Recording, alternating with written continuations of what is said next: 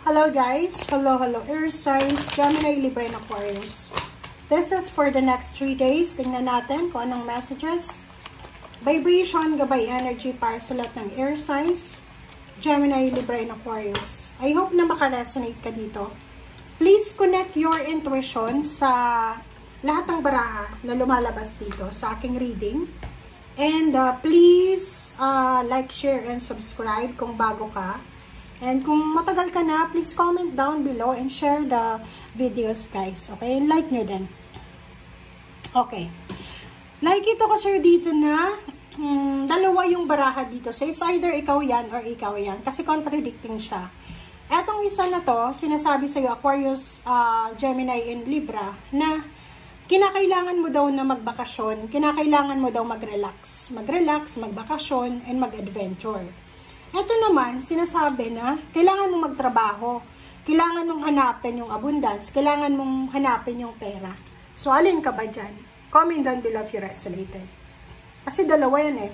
May pinapagbakasyon na air signs, may pinapagtrabaho naman na air signs. Or maybe yung iba sa inyo dyan, double pay, diba? Mga suspension na yan sa Pilipinas. Or kung nasa ibang bansa ka, like nasa Europa, summer na, so maybe yung iba nakabakasyon na sa inyo, or yung iba nakabakasyon na, or yung iba naman nagtatrabaho pa. And yung vacation mo is maybe August na. Okay, air signs. The Star. Wow. The Hermit. Nine of Torches. Nine of Pentacles. Okay. Naintindihan ko na siya kung bakit contradicting siya.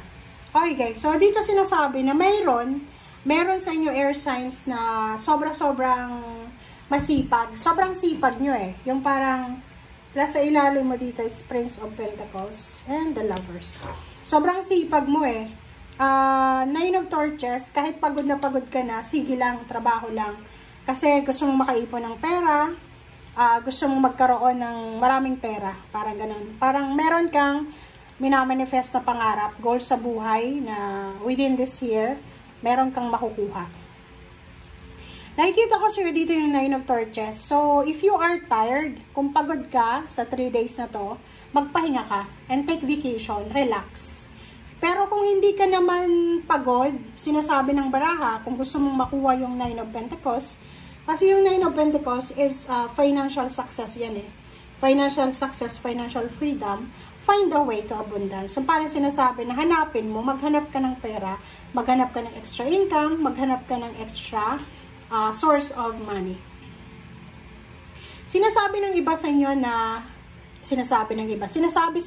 inyo, air signs na possible na mayroong karma, good karma na pumasok sa buhay mo for the next 3 days. Ang karma na to is maybe all about the, for example, sa mga sacrifices mo, kung marami kang overtime palagi, possible na malaking sahod yung makukuha mo by the end of the month. Yung iba din sa inyo dito, posibleng meron kayong pinapangarap na trabaho, kontrata, company, bansa, na posibleng makuha nyo siya. Okay? So, sinasabi ng baraha dito ng The Star na unti-unti mo na, siguro sa 3 days na to, hindi mo naman masyadong ramdam kung ano ba na, kung mangyayari na ba yung pangarap mo sa buhay. Pero, nangyayari siya without your knowledge, without your knowing. So, ganun talaga, di ba? Akala natin walang nangyayari sa buhay natin, pero yung mga spiritual helpers mo pala, yung guides mo, ay busy sila sa pag-handle ng milagro sa buhay mo. So, eto, this week sinasabi na merong milagro, merong blessings na paparating sa'yo, pero hindi pa siya visible. Okay?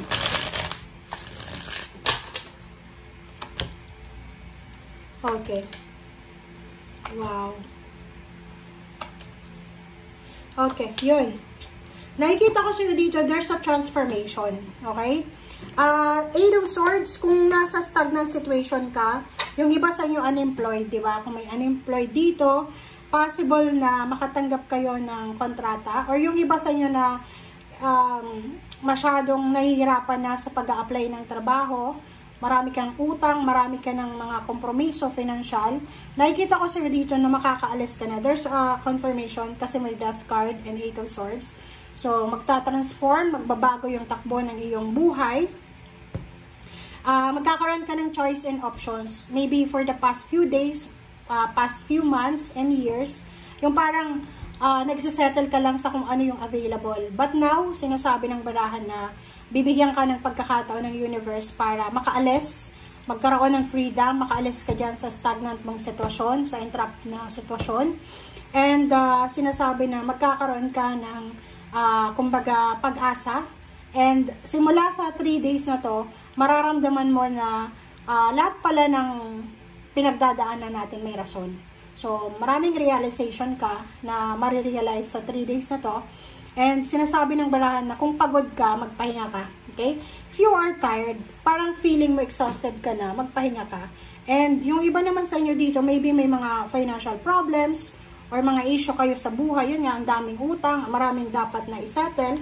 Sinasabi ng Five of Pentacles dito na may way out daw. Okay? Kumbaga, merong paraan para masettle natin, maayos natin kung ano man tong mga financial or emotional problems mo.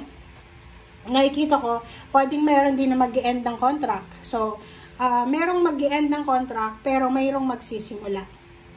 Like example, may magre-resign, and after, pwede siyang aalis sa kanyang employer, or sa kanyang boss, sa kanyang company, pero lilipat siya sa bago. Parang ganon. And 99 na to, sinasabi ng barahan, lahat ng mga sacrifices mo, lahat ng pagod, puyat, gutom, pagtitiis na yan, ay mayroon siyang positive result, outcome na darating sa'yo sa tamang panahon. So, huwag kang matatakot eh. Yung parang, di ba, pag sobrang hopeless and helpless ka, akala mo lahat ng sakripisyo mo, walang mapupuntahan. But dito sa baraha mo, sinasabi ng baraha, huwag kang mag-alala kasi lahat yan, lahat ng pinagpaguran mo, lahat ng sufferings mo, ay meron yung kaakibat na success. Okay? Yung financial freedom na minamanifest mo, ay darating yan sa'yo. Yung financial problems na yan, matatapos na yan as soon as possible. And makakapagpahinga ka na. Makakabayad ka sa utang mo. Makakahanap ka ng trabaho na talagang gusto mo. Makakaalis ka sa stagnant, entrapped na trabaho, negosyo, or relationship, or surroundings. Magkakaroon ka ng good karma. Magkakaroon ka ng karmic blessing. Yan, karmic blessings. May mga pangarap ka sa buhay na unti-unting matutupad. May mga pangarap ka na parang abot kamay mo na lang eh. Konting tiis na lang, konting tiyaga na lang, andun ka na. Okay? Thank you guys. Bye!